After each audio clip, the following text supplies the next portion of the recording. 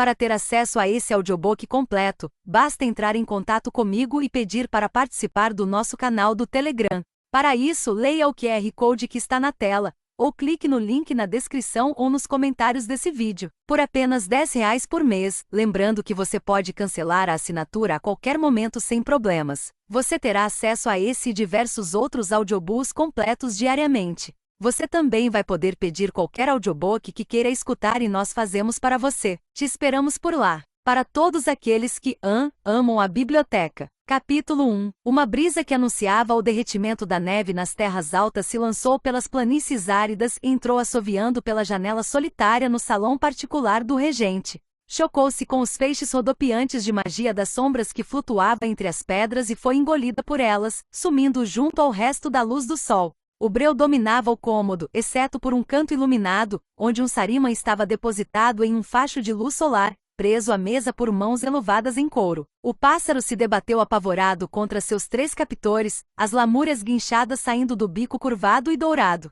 Os olhos se arregalaram quando um quarto feiticeiro se aproximou com uma seriga de vidro, e o brilho gélido de uma agulha oca de aço irrompeu da escuridão quando seu detentor adentrou o campo de magia nulífera. Os feiticeiros de Gaeris pareciam ainda mais aflitos que o Saruman. Não era fácil sentir a magia dentro de si se esvaindo, ver-se tomado por um vazio onde a alma do éter antes estava. Mesmo a uma distância segura diante do trono do pai, Alaric sentia o nervosismo se espalhar por suas veias com uma memória tão visceral que os dedos enluvados estremeceram com a urgência de acessar o sombral, só para garantir que ele ainda era capaz de fazer isso. Esse animal maldito passa o tempo todo cantando. O grunhido saído do trono em formato de adaga se embrenhou no choro melodioso do Saruman. Mesmo que seu tempo em Nenavar não tenha trazido conhecimento algum sobre as vantagens que essa besta pode nos dar, você ao menos aprendeu como fazê-la se calar? Alaric pensou na configuração de amplificação, no círculo de fios e jarras de metalhidro dispostas no piso de mármore do teto celestial, nos centros derretidos de sangue vermelho rubi, suspensos com magia safira. Ele balançou a cabeça. Por que me dei ao trabalho de perguntar? O rosto de Gaeris evidenciava sua decepção amarga, delineada em rugas, cicatrizes e fissuras. Você navegou a sudeste e não descobriu nada. Para que você serve, imperador? A canção do Saruman alcançou uma nota mais estridente quando a agulha foi fincada na jugular do pássaro. O som era como de unhas de ferro arranhando uma porcelana, porém 7 vezes mais alto, e cravava suas garras no âmago de Alaric. Contudo, ele não poderia deixar transparecer o quanto aquilo o afetava. Não na frente de Gaeris. O regente aparentava ter envelhecido uma década nos 10 dias desde que a delegação imperial de Keshat retornou de Nenavar e a comodora Matiri lhe presenteou com o pássaro. Gaeris estava mais magro e mais extenuado, com olheiras profundas entalhadas na pele enrugada sob os olhos cinzentos tão parecidos com os de Alaric. Pai, se a cantoria do pássaro impede seu sono, e arriscou-se Alaric, ciente de que Gaeris levava consigo o Saruman para todos os lugares. Talvez seja melhor que ele fique no corredor quando o senhor se recolher à noite, para que todas as criadas encheridas da cozinha e todos os cavalariços estúpidos na cidadela possam fofocar sobre essa vantagem inestimável que agora possuímos. Gaeris deu um soco no braço do trono, e os feixes de sombra que o rodeavam irromperam até muito alto, alimentados por sua fúria e sua paranoia. Você insiste em balbuciar bobagens quanto à minha saúde quando deveríamos estar discutindo a situação da sua esposa. Assustados com a explosão do regente, os feiticeiros se apressaram para terminar a tarefa, transferindo a seriga cheia de sangue de Saruman para um frasco tampado, passando um desinfetante herbáceo no animal no ponto de extração, e então devolvendo-o à gaiola de latão ornamentada. Eles fizeram mesuras para Gaeris e depois para Alaric antes de fugirem do cômodo, com o sombral seguindo seus passos. Preste atenção, meu filho, vociferou Gaeris quando ele e Alaric se encontravam sozinhos. Depois da escuridão sem luar, a magia da tecelã de luz terá servido a seu propósito. Do mesmo modo, não haverá mais necessidade para esse fingimento de paz com Nenavar. Precisamos atacar depressa a fim de conquistar aquelas ilhas e anexá-las ao domínio do Império da Noite. Portanto, assim que você e sua esposa tiverem impedido a sobrecarga da fenda nulífera, você trará sua esposa para cá. Usará como pretexto a cláusula de seu contrato matrimonial que declara que ela precisa reinar na corte na cidadela de tempos em tempos, e se você não tiver encontrado uma forma de arrancar a magia dela até lá, ainda teremos o Saruman para mantê-la sob controle. Você quer fazê-la de refém, constatou Alaric sem expressar qualquer emoção. Os nenavarinos serão mais prestativos se estivermos com sua Laxisca à nossa mercê, não concorda? Gaeris sorriu, um repuxar sem humor dos lábios finos como pergaminho.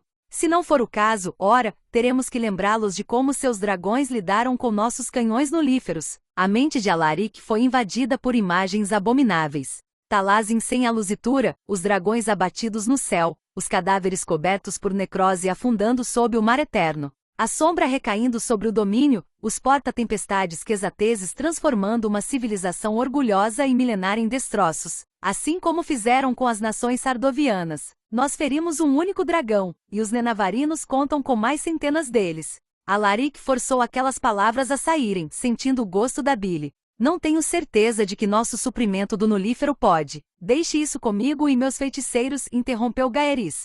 Caso usemos tudo no ataque, é possível obtermos mais, junto dos cristais de éter novos e das demais riquezas de Nenavar. Seu único trabalho, imperador, é trazer sua esposa para cá. Ele fez uma pausa, a boca formando um sorriso desdenhoso. Não se preocupe. Ela é mais útil para nós viva do que morta, ainda mais quando deixar de ser uma tecelã de luz e sua presença se tornar suportável. Não vou matá-la. A declaração seguinte foi carregada de desprezo. Eu não faria isso com você. O casamento foi insistência sua, respondeu Alaric, tomando cuidado para não demonstrar qualquer sinal de hesitação. Ela não significa nada para mim. Espero mesmo que isso seja verdade, retrucou Gaeris seco. Ela cresceu no continente. Ela lutou pela Sardóvia. Existem elos fortes ali, e você não pode confiar nela. Alaric sempre soubera disso, mas ouvir uma declaração daquela de seu pai feriu algo dentro do peito dele. Manteve-se em silêncio, suportando a dor. Quando ela chegar para a coroação daqui a alguns dias, continuou Gaeris, mantenha-a por perto e sempre sob vigilância. Não podemos deixá-la correr por aí e descobrir sobre as agitações recentes. Informe aos generais para não dizerem uma palavra sequer sobre o assunto, ou vamos pregar a língua de cada um nos portões da cidade. As agitações recentes, como Gaeris chamara, foram uma série de insurreições ocorridas em diversas cidades em todo o antigo território da Confederação. O regente estivera ocupado sufocando-as enquanto Alaric estava em Nenavar, a ausência do filho sem dúvida contribuindo para a irritação do regente. Foram insurreições locais, porém pequenas, em pontos isolados e insignificantes. A tecelã de luz não vai arriscar romper a paz só por causa de alguns rebeldes da resistência, protestou Alaric. Ela entende o que está em jogo. A fenda nulífera transbordaria em pouco menos de 4 meses, espalhando a morte ametista e furiosa por todos os cantos de Lir. A única forma de impedir que isso acontecesse era unir luz e sombra. Talazin prometera cooperar. Ela não iria. Você me disse uma vez que era pouco aconselhável deixar que o coração de uma mulher determinasse nosso futuro, disse Gaeris. Também não vou permitir que a segurança do nosso povo dependa de tal capricho. Alaric respirou fundo, e Gaeris se curvou, um movimento infinitesimal, como se o peso da própria declaração se acomodasse sobre seus ombros. Como se um fio estivesse esticado entre os dois naquele instante, repuxado pelo passado de tantos anos. Pai e filho emaranhados. Lembre-se da sua mãe, murmurou Gaeris. Lembre-se de como ela nos deixou quando a nossa missão ficou difícil.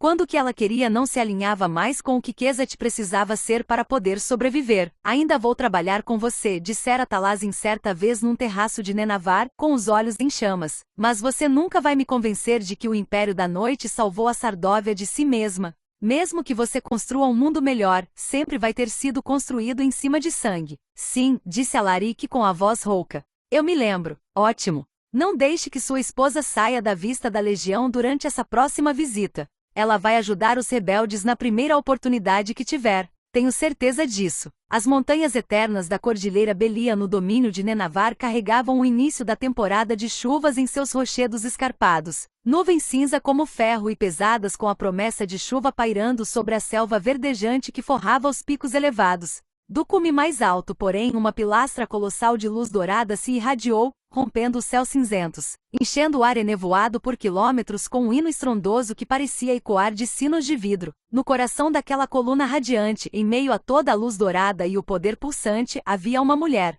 O brilho cintilante distorcia suas feições, Mas duas coisas eram nítidas: as miçangas de argila refratária que adornavam sua testa lisa e a criança aos prantos em seus braços, enrolada em um tecido bordado. A magia tremulou e depois entrou em foco, revelando impressões de prédios, escadas e pontes, todos entalhados em uma terra rachada e ocre. Juntos, uniam-se para formar uma cidade árida empilhada sobre si própria até se elevar sobre o extenso mar de grama e arbustos secos da grande estepe. A mulher avançou por um caminho de lama, passando pelas multidões apáticas sem ser notada, segurando a criança com força contra o peito. Parou diante de um prédio tão indigno e coberto de ferrugem quanto todos os outros e deixou seu fardo, que se mexia nos degraus. Vai tudo ficar bem, sussurrou acariciando a cabeça da criança. Você precisa ser forte, Alucina. Talazin se inclinou para a frente, tentando examinar o rosto da mulher mais de perto, porém a cena era feita apenas de éter e memória. Sumiu quando a luzitura esvaneceu,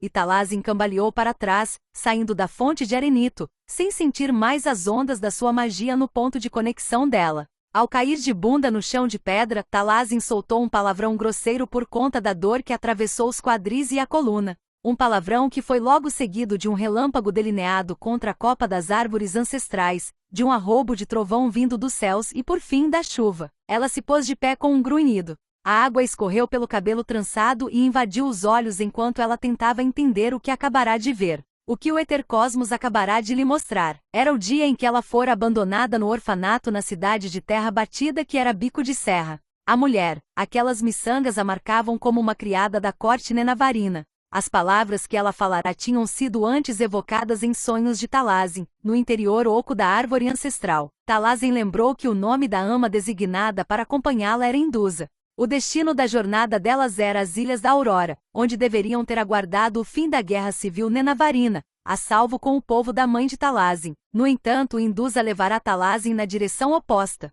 a noroeste para o continente, para a nação mais pobre da Confederação Sardoviana. Por quê? Será que tinham se perdido? Talazin fora informada de que duas guardas reais também embarcaram no navio que partirá com elas da capital do domínio, enquanto a guerra era travada abaixo. Onde estavam elas naquelas memórias? E por que Indusa deixará a herdeira do trono dragão em um lugar tão desolado? Talazin olhou com raiva para a fonte vazia no meio do pátio coberto de vegetação no santuário em Belian, tentando fazer com que a fenda de luz fluísse das calhas em formato de cabeça do dragão com o poder de sua mente. Estava desesperada para seguir aquela nova pista, um fio na tapeçaria enigmática do seu passado. No entanto, exceto pelas gotas de chuva que escureciam a pedra, a fonte permaneceu imóvel. Depois que a frota de Alaric partiu dos céus do domínio, Talazin só esperara alguns poucos dias antes de debandar para o santuário dos tecelões de luz, deliciando-se com a nova liberdade que conseguirá após confrontar Urduja. Ela estava acampada ali havia quase uma semana, praticando magia, explorando e ignorando as águias mensageiras preocupadas que o pai enviava de Skya. Aquela era a primeira vez que o ponto de conexão transbordava durante sua estadia. Não parecia que o feito se repetiria antes que precisasse partir, o que era muito frustrante. Ao menos a fenda de luz revelara algo útil, em vez de todas as lembranças que ela passava as horas acordada tentando apagar, sem sucesso. Imagens vagas e sensações fantasmas da sua noite de núpcias, lábios ávidos em sua pele nua, roupas afastadas às pressas, um pescoço pálido ficando corado, uma voz rouca na escuridão do seu quarto, mãos fortes incentivando-a a se deixar levar, enquanto a puxavam para mais perto. Um galho estalou atrás dela. Talazin se virou. Meses antes, algo daquele tipo acontecerá, alguém se esgueirara às suas costas enquanto ela encarava a fonte sob o entardecer, e ela voara para cima de Alaric com uma fúria cega. Os dois lutaram, luzes contra sombras, os olhos prateados cintilando com as faíscas do éter. O imperador da noite se encontrava em Kesat. O homem que a encarava no momento, de uma distância respeitosa, era Yami-Hapat, o oficial da divisão de fronteiras que apreendera Alaric e ela na primeira vez que Talazin estivera naquelas ruínas. Parecia que uma vida inteira tinha se passado desde então. Hapat prestou continência. Gotas de chuva se acumulavam nas flores de lótus de ouro embutidas na sua couraça de latão. Vossa Graça. Ele hesitou e então se corrigiu. Vossa Majestade. Talazin sentiu a pele formigar, mas dispensou o pedido de desculpas implícito. Eu era a Laxisca antes de me tornar a Imperatriz da Noite. Será que ela já possuía aquele título? Na teoria, seu marido precisava coroá-la primeiro, certo? Seu marido. Deuses. De todos os termos que ela poderia usar para se referir a Larico Sinast, escolhera logo aquele. Antes de ser qualquer uma das duas coisas, a senhora era minha prisioneira. O tom do capitão era de arrependimento. Estou verdadeiramente. Você estava cumprindo seu dever. Talazin se apressou em tranquilizá-lo. Afinal, era por causa daquele homem que ela conseguirá reencontrar o que restara da sua família. Mas o que você está fazendo aqui? Ela foi tomada por desconfiança, acompanhada da mesma raiva latente que sentia de Urduja por nunca deixá-la em paz. Foi minha avó que mandou você vir até aqui? Hoje não. Rapat gesticulou de forma vaga na direção da fonte de arenito. Sua mãe, Lady Anan, visitava esse lugar com frequência lá Xisca. Às vezes venho até aqui para me recordar, e para viver o luto. Talazin até ficou um pouco constrangida por julgar que as motivações do homem para estar ali não eram lisonjeiras, mas o sentimento foi logo substituído por uma empolgação elétrica percorrendo suas veias. Você conhecia bem minha mãe? Eram amigos? Sua Alteza sentia-se muito solitária em Skaya, contou Rapat. Detestava política e não tinha paciência para todas as formalidades e estratagemas. Eu fui um dos seus poucos confidentes. Talazin refletiu sobre aquelas palavras. Na corte de sua avó no teto celestial, o nome de Anan e Vralis era um tabu. Sempre que Talazin tentava trazer o passado à tona, os nobres mudavam de assunto e os criados fugiam. Conversar com Elagbi sobre aquilo estava fora de cogitação, uma vez que o pai era assombrado pela guerra civil e pela morte da esposa. A mera menção ao assunto fazia com que seus olhos gentis fossem tomados pela dor, e Talazin não desejava atormentá-lo. Não quando o reencontro entre os dois era tão recente. Talvez Rapat pudesse enfim proporcionar a conexão que Talazin buscava. Ainda assim, ela ficou confusa com a declaração do oficial. Você ia muito à corte na época, capitã? A pergunta mal saíra de seus lábios quando ela se lembrou de algo que o príncipe Elagbi lhe dissera na noite em que se conheceram, na sala de interrogatório do quartel. Yami Rapat é um bom homem, um bom soldado, apesar de não ter se recuperado do rebaixamento que sofreu 19 anos atrás. Rapat deu um sorriso leve e passou a mão na cabeça raspada. Agora sou capitã dos regimentos das fronteiras. Eu era o general da frota Uktera, no comando das defesas em Skaya. Era minha missão impedir que os rebeldes de Sintansilin conseguissem se estabelecer na capital, e eu fracassei. Talazin franziu o senho. Mas os rebeldes não acabaram sendo derrotados? Graças aos feitos do seu pai, não dos meus, disse Rapat. Cometi muitos erros táticos que forçaram Azai Alaxis a evacuar a cidade, assim como levaram à sua partida. Foi devido à minha incompetência que você ficou perdida por tantos anos. Sinto apenas gratidão pela rainha Urduja ter decidido ser misericordiosa. A última frase foi dita de maneira um tanto vazia, e os olhos do homem revelavam um sentimento que não parecia muito sincero. Não era malícia, e sim amargor. Talazin não podia culpá-lo por se sentir assim, e não só porque sua relação com a avó se tornará mais complicada desde o confronto entre as duas na manhã seguinte ao casamento. É ruim governar pelo medo, concluiu ela. É ruim punir aqueles que são leais a você, mas deixe-me ir. Não quero atrapalhá-la, disse Rapat. Não, espere. Havia tantas coisas que Talazin desejava perguntar a ele. Sobre Anan, sobre como Anan fora manipulada pelo cunhado Sintan a enviar navios de guerra para o noroeste do continente. Rapat, porém, parecia muito ciente de que compartilhara informações demais. Eu insisto, Vossa Graça, disse ele. A senhora é a filha de Lady Anan. Tem mais direito a esse lugar do que eu. Ele prestou outra continência, e com um nó na garganta Talazin o observou se afastando. As árvores ancestrais balançavam na brisa úmida. No entanto, pouco antes de desaparecer na abertura cavernosa de um dos muitos corredores desmoronados que cercavam o pátio, Rapat parou, seus ombros cobertos pela armadura carregados de tensão. Ele se virou para Talazin com uma expressão solene, quase comovente. Laxisca. A voz de Rapat era baixa, mas as palavras ecoaram naquele altar de pedras, folhas e magia à espreita. Uma corrente austera sob as gotas de chuva, pontuada pelo estrondo ocasional de trovões. Jurei pela minha vida que iria servir ao trono dragão com lealdade, mas eu não seria amigo de Lady Anan se não lhe informasse que a relação entre ela e a rainha Urduja não era das mais calorosas. Azai Alaxis ficou furiosa com a recusa de Lady Anan de ser nomeada sua herdeira, e Lady Anan, por sua vez, não queria que sua filha, a senhora, recebesse o título antes que estivesse em posição de fazer essa escolha por si própria. Então, entenda isso da forma que preferir. Talazin sentiu os pelos da nuca se arrepiarem. As palavras de Rapat soavam como um aviso, e mais perguntas pularam para a ponta da sua língua. Antes que pudesse dar voz a qualquer uma delas, no entanto, o homem já tinha partido. Quando ela se virou para levantar acampamento, de súbito o mundo ao redor ficou borrado.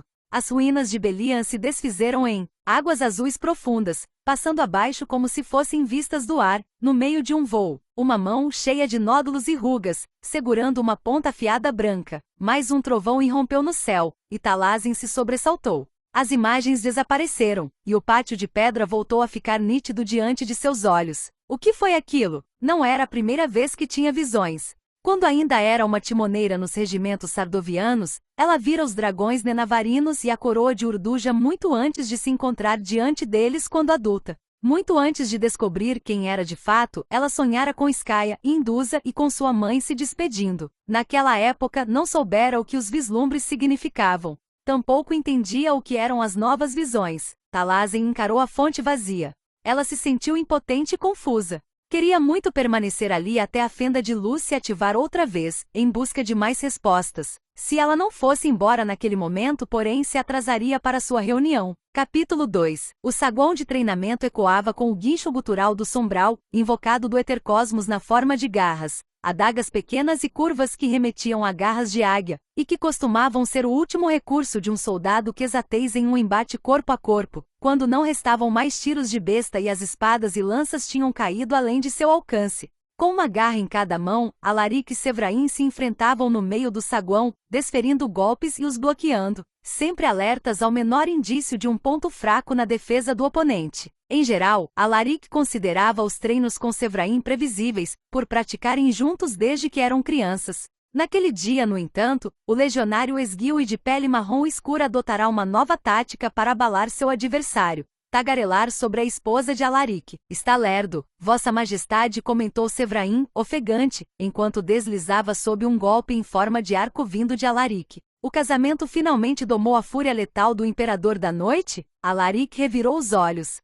A sola de sua bota encontrou o torso de Sevrain, derrubando-o no chão. O legionário caiu de costas com um grunhido, atirando uma das facas em Alaric, que deu um passo para o lado e com facilidade desviou do projétil escuro como tinta. Então andou na direção do oponente tombado, brincando distraído com as próprias garras nas mãos enluvadas. Sevrain estava esparramado no chão, pelo visto alheio à violência a qual seria submetido no futuro imediato, com um sorrisinho irreverente. Está com saudade da sua bela noivinha? Sugeriu ele, contando os minutos para reencontrá-la? Não o culpo. Talazin é uma garota fascinante. Ou será que eu deveria chamá-la de Aluncina Ivralis? Dá pra ver porque você... Alaric decidiu desferir o golpe final. Sevrain se pôs de pé num pulo. Bloqueou o ataque com a garra que lhe restava, conjurou uma nova na mão livre e ainda tentou enfiá-la entre as costelas de Alaric. O oponente, porém, já esperava por aquilo e Alaric se virou, prendendo Sevrain em um mata-leão e levando uma lâmina forjada de sombras ao pescoço dele. Sevrain continuou impassível. Você acha que seus filhos vão ser forjadores ou tecelões? Perguntou ele, animado. Meu coração frio e amargo fica tão feliz ao imaginar um príncipezinho minúsculo iluminando esses corredores sombrios. Mas vai que Vossa Majestade tem como primogênito uma filha, aí vocês vão precisar continuar tentando. Ele parou de falar quando a lâmina curvada da garra pressionou ainda mais seu pescoço. Tudo bem, eu me rendo.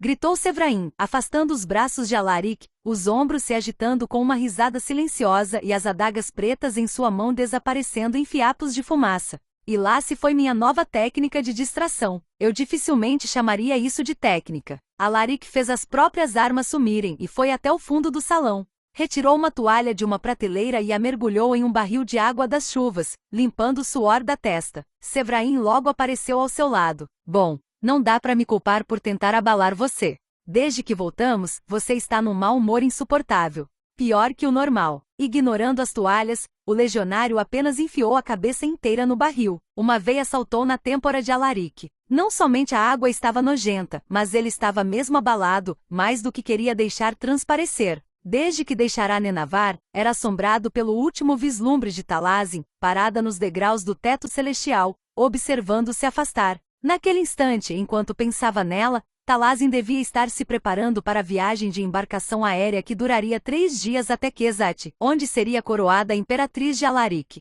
A ideia de vê-la outra vez, não nas florestas quentes de Nenavar e sim no continente, onde os ecos da guerra dos dois ainda pairava no ar, deixava Alaric desconfortável, e de nada ajudava Séverain mencionar a questão da prole. No passado, pensar no assunto teria deixado Alaric com repulsa, mas, no momento, aquilo só lhe invocava lembranças involuntárias da noite de núpcias. De como teria sido mais fácil puxar Talazin para mais perto, ir mais fundo e... Não deveríamos ter feito isso, dissera Talazin na ocasião, com o cabelo castanho desgrenhado e os lábios inchados dos beijos que trocaram. O aroma leve e adocicado do clímax dela pairava no quarto, e o gozo de Alaric se espalhava pelos dedos esguios de Talazin. Alaric lutou para afastar a lembrança. Talazin não deixara margens para dúvidas. Ele enterrou as próprias emoções turbulentas antes que pudesse decifrá-las. Tinha pendências a resolver antes da chegada da esposa. Tem algo que precisamos discutir, disse ele, quando Séverain por fim reapareceu das profundezas do barril. Apesar do comportamento arrogante, Séverain sabia quando seu comandante estava falando sério.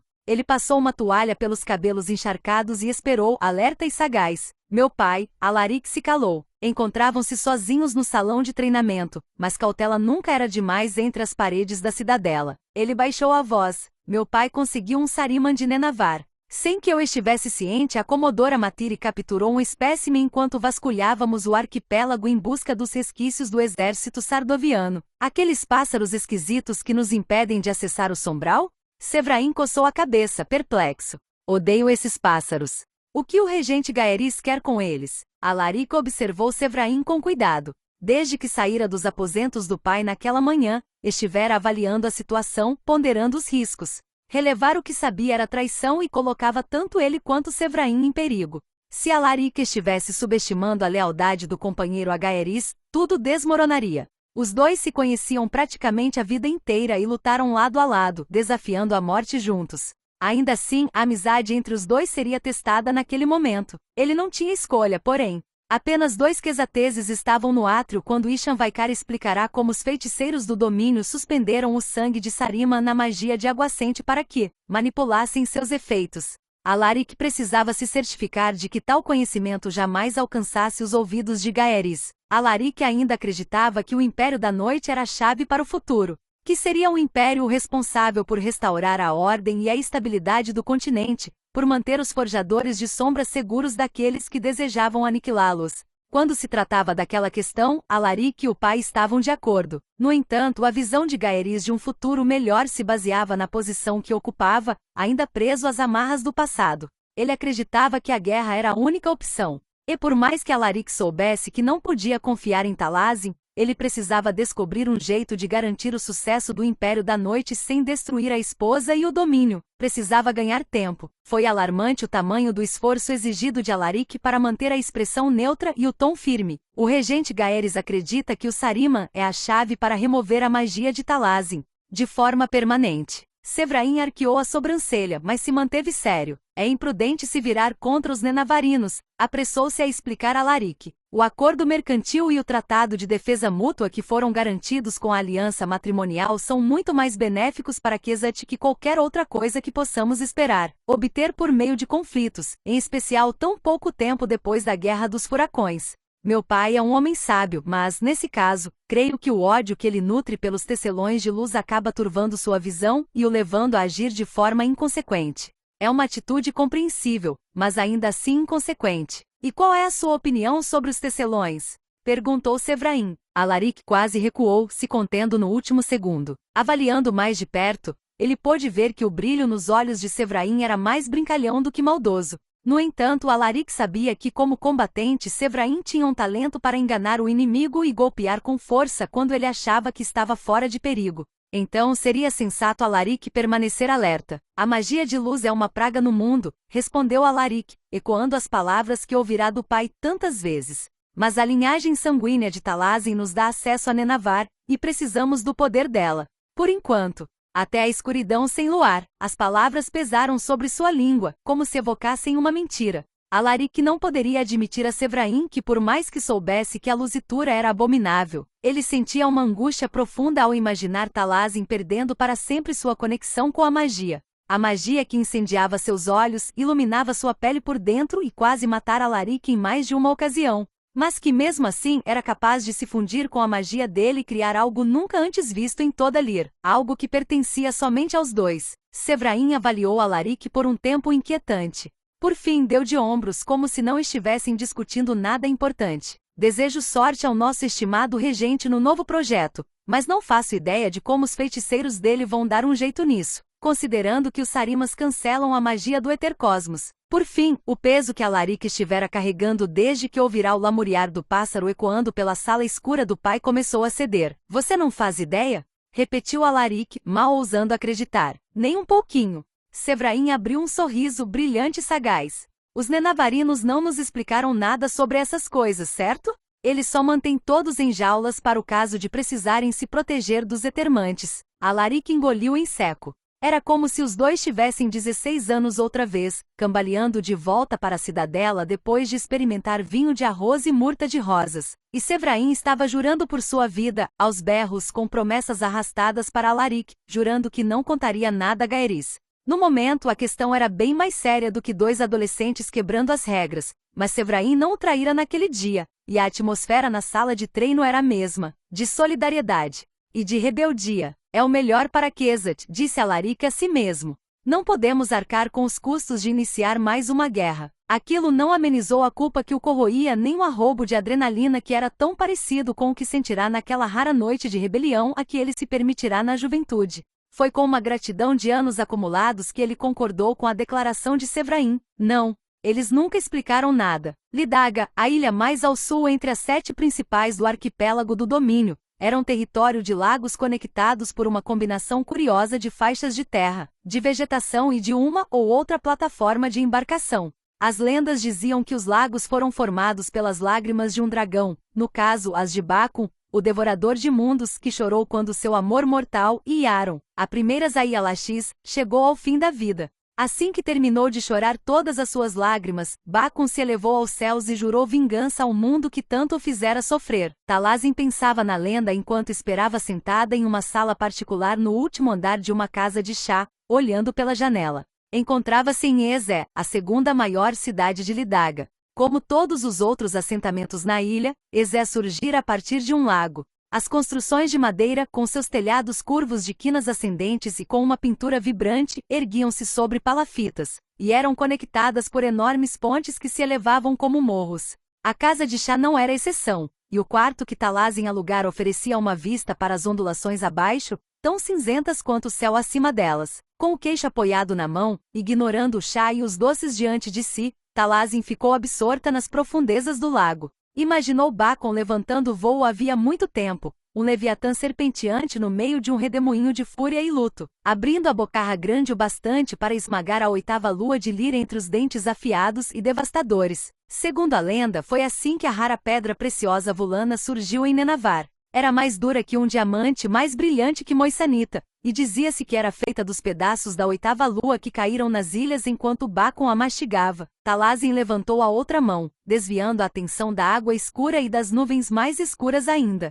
Franziu a testa ao observar a aliança de casamento, onde a pedra de Vulana brilhava como uma estrela retirada dos céus, incrustada em um aro de ouro. Uma pedra igual ornava o anel de Alaric, por mais que ele desconhecesse o significado do objeto. Você não deveria se importar se ele acha isso importante ou não, repreendeu-se Talazin. Ela deu um pulo quando alguém deslizou a porta de bambu do cômodo. Após trancar a porta, a recém-chegada baixou o capuz do traje marrom, revelando cachos grisalhos e um tapa-olho de cobre e aço no lado esquerdo do rosto. Talazin se levantou e prestou continência, um gesto instintivo, resultado de anos de treinamento. Não há necessidade disso. Idete Vela gesticulou apressada para que ela se sentasse. Você não é mais uma soldada. Na verdade, sou eu que deveria prestar continência a você. Por favor, não faça isso, pediu Talazin, enfática. Era a primeira vez que se encontrava com Vela desde o casamento, e por um momento uma onda de culpa atingiu Talazin, roubando-lhe o fôlego. Se Vela algum dia descobrisse o que a jovem fizera com Alaric, compostura.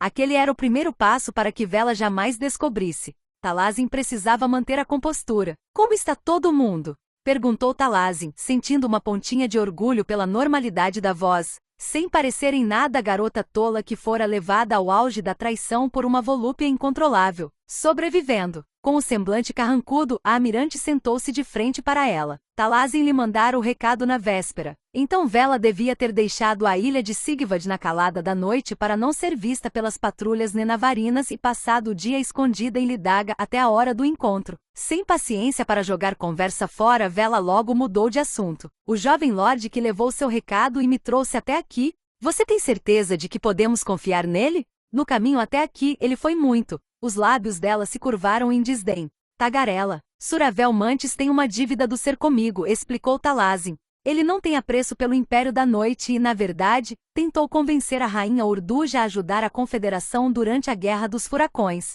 Além do mais, pensou ela, ele e Alaric tentaram se matar na primeira vez que se encontraram. Podemos confiar nele, concluiu ela. Muito bem. A Amirante serviu a mistura verde de baunilha do bule nas 2 xícaras.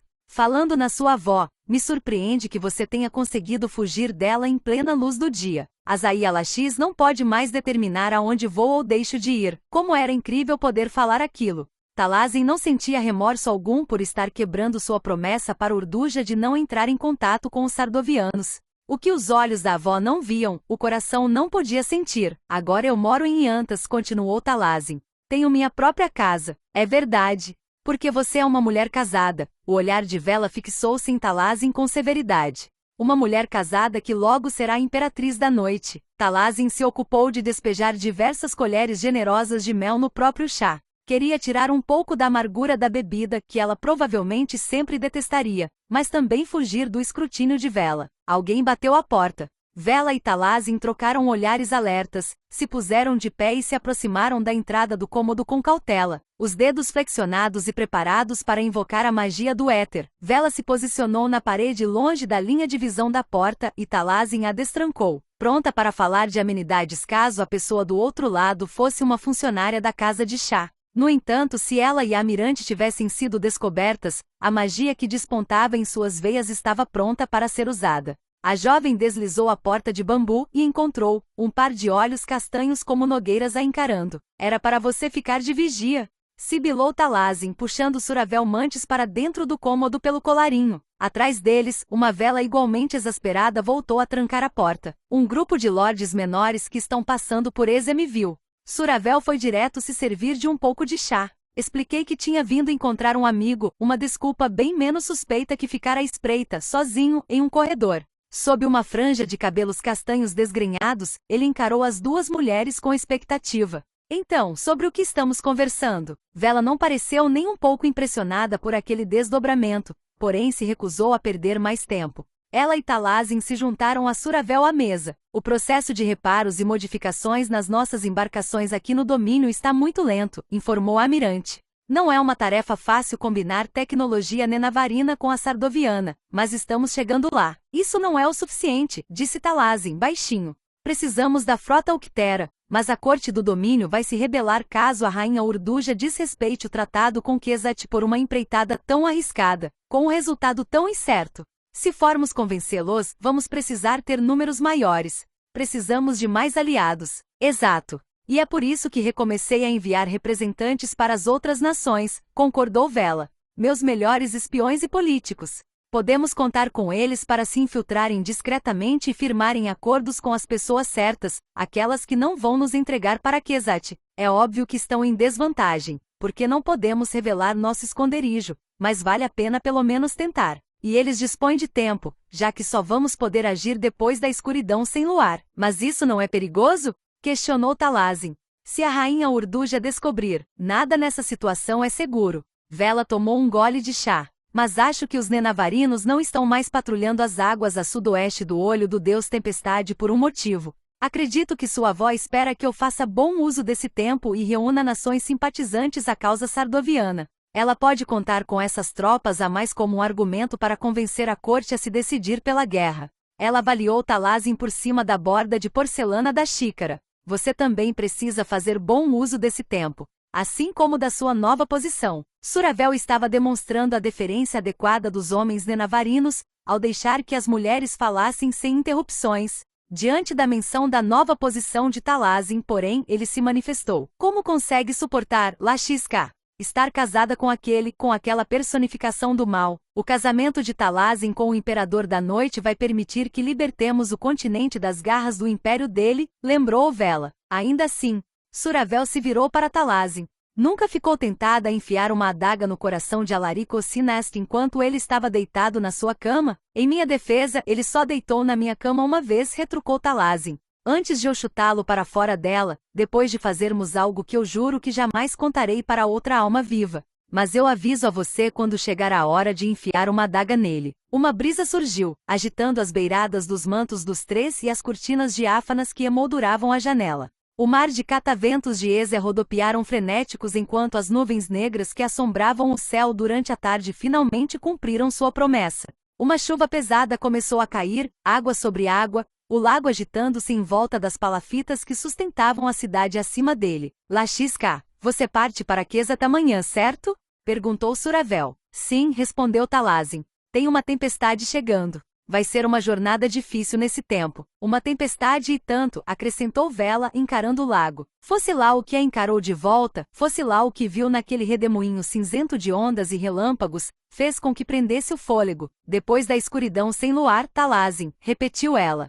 Esteja pronta. Talazin só pôde assentir. As águas de Ezer borbulharam nas margens, e um vento gélido invadiu seu coração. Capítulo 3. Ele estava usando a máscara quando se reencontraram. Talazin desceu da rampa da escuna diplomática que a levará das margens de Quesat até a capital e então parou para estudar os arredores. Encontravam-se no alto de uma das extensas docas em espiral acopladas à torre de controle da cidadela, como os tentáculos de um polvo. O ar fresco da primavera atravessou seus ossos, uma sensação estranha depois da longa ausência do continente noroeste. Até então ela só vira a cidadela em mapas. Alguns anos antes, em um surto de desespero, Idete Vela e o restante do Conselho de Guerra da Confederação Sardoviana tinham considerado a ideia de resgatar seus soldados aprisionados, mas acabaram desistindo de qualquer plano do tipo quando ficou evidente o que estariam enfrentando. Andando acima da cidadela com a avó, o pai, a dama de companhia e as guardas reais, as Laxis Dalo, Talazin entendia por que Vela abandonara aquela ideia. O lugar mais parecia uma fortaleza militar que uma cidade viva e movimentada.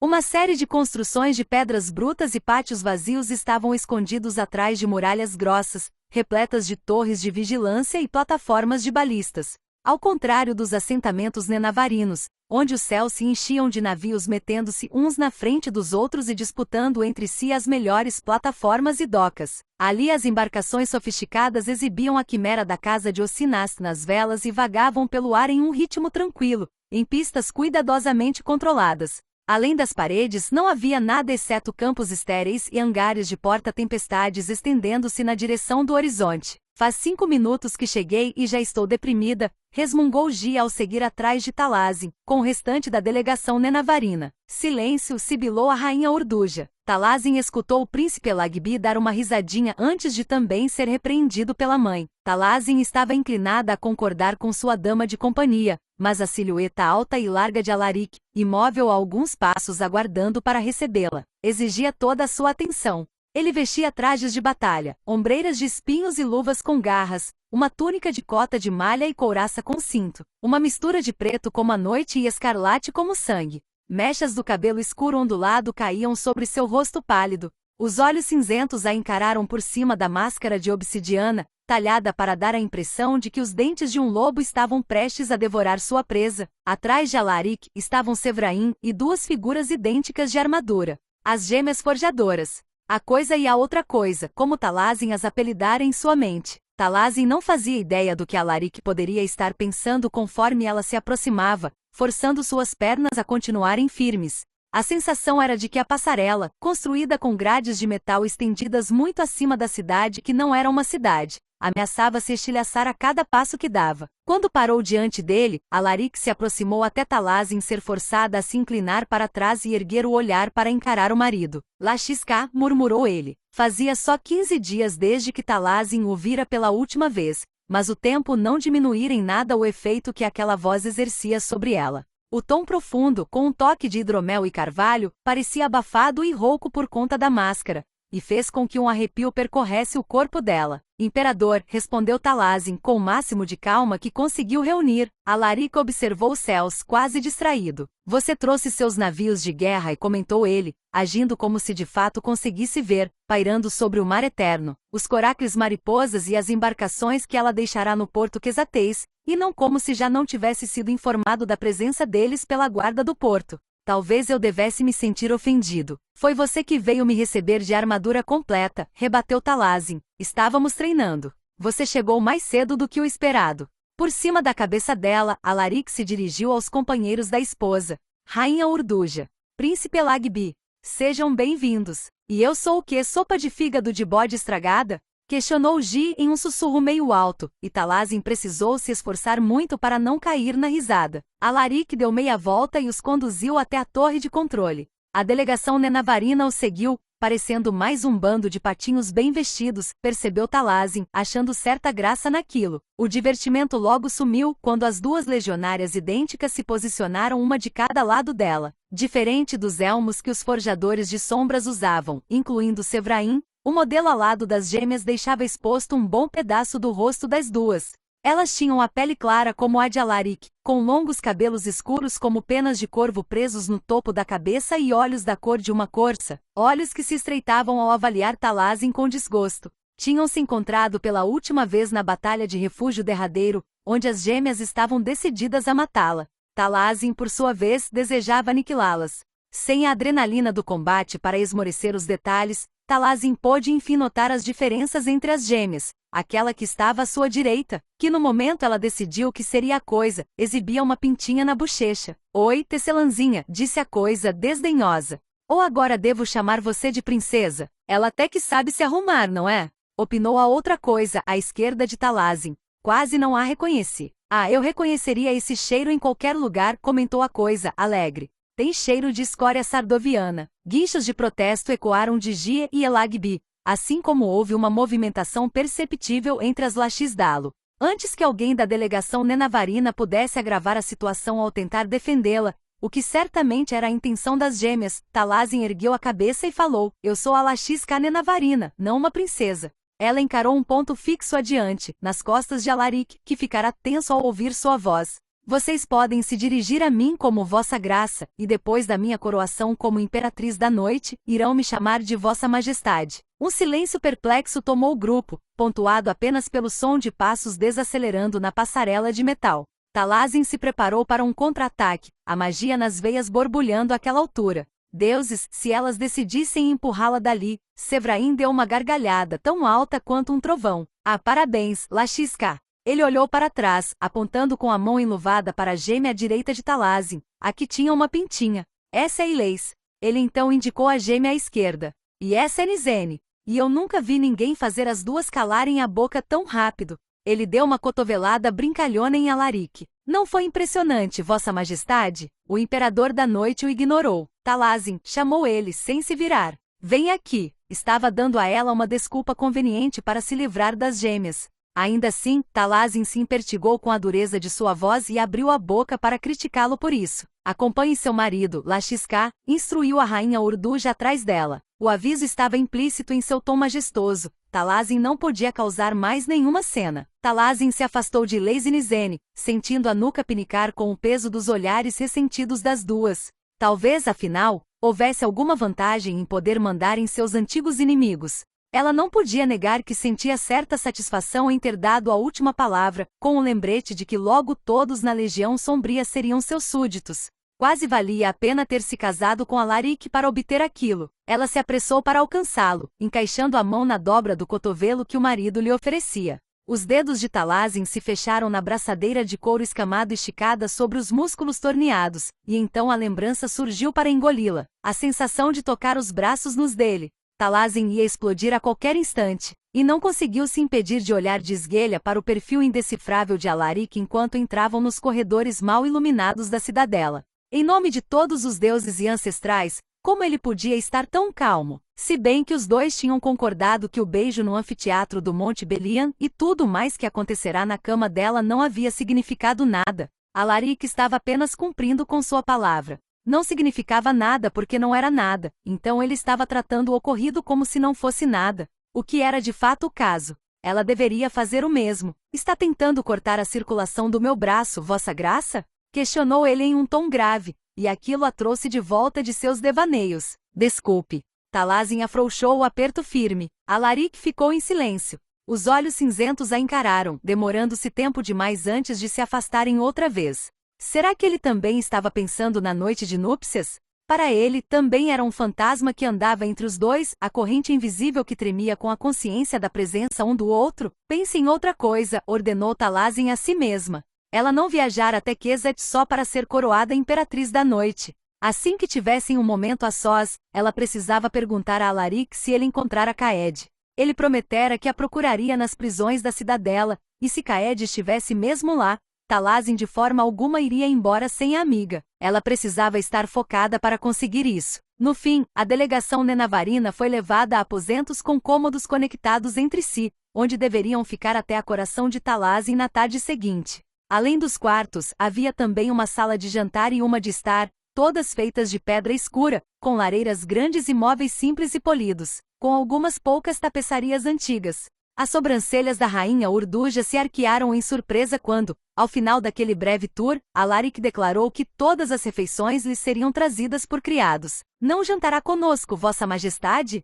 Questionou Azaí Alaxis. Minha agenda não permite, Arlican, respondeu ele com uma voz seca e polida. No entanto, haverá um baile amanhã depois da coroação. Iremos dividir uma refeição nessa ocasião. Urduja sentiu, um pouco mais tranquila ao ver que nem todos os indícios de hospitalidade tinham sido abandonados naquele novo e estranho mundo. Alaric partiu sem dar mais uma palavra, deixando Talazin encarando o espaço vazio onde até então ele se encontrava. Em todos os cenários de reencontro que imaginara, aflita, ela não esperava que fosse tão anticlimático. Ela ficou incomodada e irritada com ele. Marchou até uma mesa com uma seleção de vinhos e pequenos pratos, onde Gia e Elagbi estavam se servindo. Gia experimentou os cubinhos de carne de pato assado com sangue, mastigando devagar, e fez uma careta. Não tem gosto de nada, exclamou ela, espantada. Elagbi fez um muxoxo para os restos do rolinho de legume entre os dedos. Os brotos de feijão estão empapados, e o molho é bastante sem graça. Acho que caberá à sua graça apresentar as excelências da culinária do domínio, a corte do imperador da noite, declarou Gia. Talazin a encarou sem entender, as bochechas estufadas ao comer um bolinho de arroz coberto de ovo.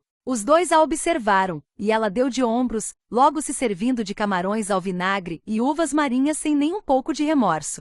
Afinal, comida era comida. Em determinado momento Talazin precisou parar de comer, pois fora convocada pela rainha Urduja a se juntar a ela perto da única janela do cômodo. Relutante, a jovem foi até a avó. Estavam ignorando uma outra desde a briga que de certa forma dera um pouco de liberdade a Talazin dentro das fronteiras de Nenavar, mas a tecelã deveria saber que aquela alegria duraria pouco. Eu nunca saí do domínio de Nenavar, disse Azaí Alaxis, como se aquilo fosse um motivo do qual se orgulhar. Para ela, provavelmente era. A rainha estava falando em marinheiro comum. Até agora não estou impressionada com o que vi. É um país muito maltrapilho. Talazin queria dizer para a avó que a beleza estava a apenas poucas horas de viagem. Que aquilo ficaria evidente assim que visse a cordilheira das terras altas cobertas de neve, e entendesse por que era chamada de espinha do mundo. Ela ansiava por dizer que era primavera e que os cânions das terras interiores estariam com os rios azuis prateados cheios, e os desfiladeiros se encontrariam cobertos de vegetação, e as campinas repletas de flores. No entanto, tudo aquilo pertencia a uma Sardóvia que não existia mais, então em vez disso ela falou: só precisa aguentar até o dia depois de amanhã, Arlican. É verdade.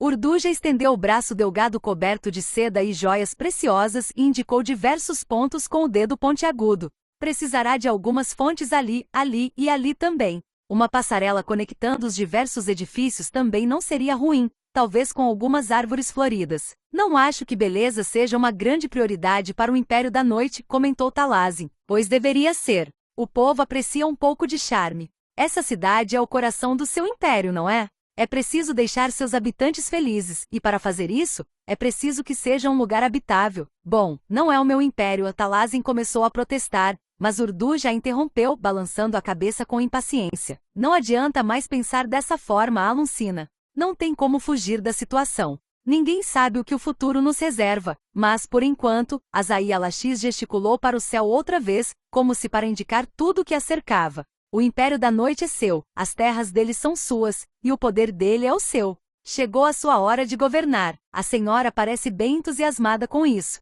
Talazin semicerrou os olhos para a avó. Gosta da ideia de ter uma neta sentada no trono Quesateis. E por que eu não deveria gostar? Retrucou Urduja. Que matriarca reprovaria sua casa a obter mais influência e prestígio? Vamos nos tornar uma potência mundial. Foi o que você me disse, no dia seguinte ao seu casamento. Isso não vai durar para sempre. O Império da Noite vai cair, era o que Talazin queria argumentar, mas naquele instante, Urduja dobrou as mãos e tamborilou o dedo indicador direito de forma deliberada e cuidadosa. Talazin congelou, reconhecendo o gesto pelo que era. Ela estudou a sala, ciente de todos os centímetros da estrutura que a cercava, todos os centímetros da arquitetura para ser mais precisa, as paredes curvadas, o teto abobadado. Certas salas no teto celestial foram construídas da mesma forma, arquitetadas para que o som reverberasse para certo ponto. O dedo de Urduja cessou seu tamborilar e apontou para uma lareira enorme de ébano que ocupava uma porção da parede, estendendo-se do chão ao teto. Era grande o bastante para esconder uma passagem para outra sala, onde alguém talvez pudesse escutar as conversas que aconteciam ali. Como Urduja sabia? Eu considero todas as possibilidades. Lembrou Azaí Alaxis, baixando a voz e passando a usar o idioma nenavarino só por precaução, ecoando as palavras que dissera 2 semanas antes. E nunca sou pega desprevenida. Ocorreu a Talazin que Urduja quisera dar a fosse lá quem estivesse as escutando uma falsa noção de cooperação, convencendo-os de que o domínio estava mais do que satisfeito com sua nova posição, ocupando-se de questões triviais como redecorar o castelo, em vez de esconder o último bastião da Confederação Sardoviana dentro de suas fronteiras. Também não deixo de notar, acrescentou Urduja, que seu marido nos colocou nessa ala em um canto desprezado, isolado do resto da cidadela. Ela manteve um tom de voz leve, para deixar que qualquer um que escutasse a conversa acreditasse que ainda falavam de algo frívolo, mesmo que o ouvinte não compreendesse as palavras. O que insinua que ele quer limitar a exposição do povo dele a você. E isso, por sua vez, significa que ou existe algo que ele não queira que você saiba, ou que ele não tem um verdadeiro interesse em uma aliança duradoura. Ou ambas as coisas. Talazin sentiu o estômago se revirar. Será que fora o rolinho de legumes questionável que comera? Não, aquela era uma dor diferente, que se espalhava por seu corpo, deixando-a entorpecida. O que Urduja dizia fazia sentido, mas Talazin não deveria se importar que Alaric escondesse coisas dela. Ela também escondia coisas dele. No entanto, considerando a recepção fria que ele lhe dera, ver-se diante daquela realidade doeu. Talazin ia traí-lo. Aquele sempre foi o plano. Ela só precisava ser ainda mais cautelosa, porque Alaric também tinha alguma carta na manga, continuava sendo inimigo. Deveria continuar sendo. E ainda assim, o que está acontecendo comigo? Por que fiquei magoada? Talvez ela estivesse mesmo com alguma intoxicação alimentar. O que eu deveria fazer? Perguntou Talazin. Urduja deu um tapinha no braço da neta. Fique de cabeça baixa e mantenha o foco. Na sua coroação amanhã, eu cumprirei com meu papel e serei encantadora e sociável. Descobrirei o que puder. Ou, ao menos, vou entender como está o clima por aqui. Se sua intuição estiver certa, os quesateses não vão falar muito, argumentou Talazin. Azaí Alaxis abriu um sorrisinho. Eu adoro desafios. Você nunca fica cansada de sempre ter que estar um passo à frente de todo mundo, pensou Talazin, desejando poder perguntar aquilo à avó. Ela não conseguia imaginar como era viver a vida daquela forma. Era a hora de aprender. A noite em Quesat era uma escuridão profunda e gélida sob um cobertor de nuvens escondendo as estrelas. Talazin encarou o painel solitário de metalhidro do seu aposento, observando a cidadela que se estendia abaixo dela, em camadas de um preto quase sólido, parecendo infinito. Sua janela era a única iluminada àquela hora da madrugada, e nem mesmo a lamparina de fogo acesa na mesa de cabeceira conseguia dissipar por completo as sombras opressoras. Em sua mente ela voava em um coracle vespa, com as velas listradas exibindo a fênix da Confederação. Ela o guiava pela cidadela, passando por todos os assentamentos nas vastas planícies quesatesas, e por fim subia os penhascos e descia até o que antigamente eram as terras fronteiriças da Sardóvia. Ela avançou cada vez mais, além da grande estepe, onde crescerá, subindo as terras altas, onde Caed e Sol tinham se casado e ele morrera na batalha apenas horas mais tarde. Depois das montanhas, vinham as terras interiores, o palco das últimas batalhas. As cidades desde então em ruínas depois que os porta-tempestades do Império da Noite passaram por lá. O mesmo império que avançara e dominara todo o continente. Talazin espalmou a mão na janela. O metalhidro frio em sua pele a trouxe de volta das ruínas da Sardóvia para o presente. A culpa, sua constante companheira naqueles últimos tempos, cravava suas garras na alma de Talazin. Depois de tudo aquilo, ela voltará ao continente, casada com um homem que fora essencial para destruir a maior parte dele. Eu precisei fazer isso, disse ela ao seu reflexo, que a repreendia com o olhar no vidro escuro. Dessa forma, todo mundo pode viver, menos Gaeris. Por enquanto, Talazin não poderia fazer nada contra ele. Nenavar precisava manter sua relação amigável com Keshut para impedir que o Nulífero matasse a todos. Depois, porém, ela poderia pensar em uma forma de chegar até o regente e matá-lo. Assim, ajudaria o exército sardoviano a reivindicar seu lar. Depois, ela se permitiria acreditar que existia um depois.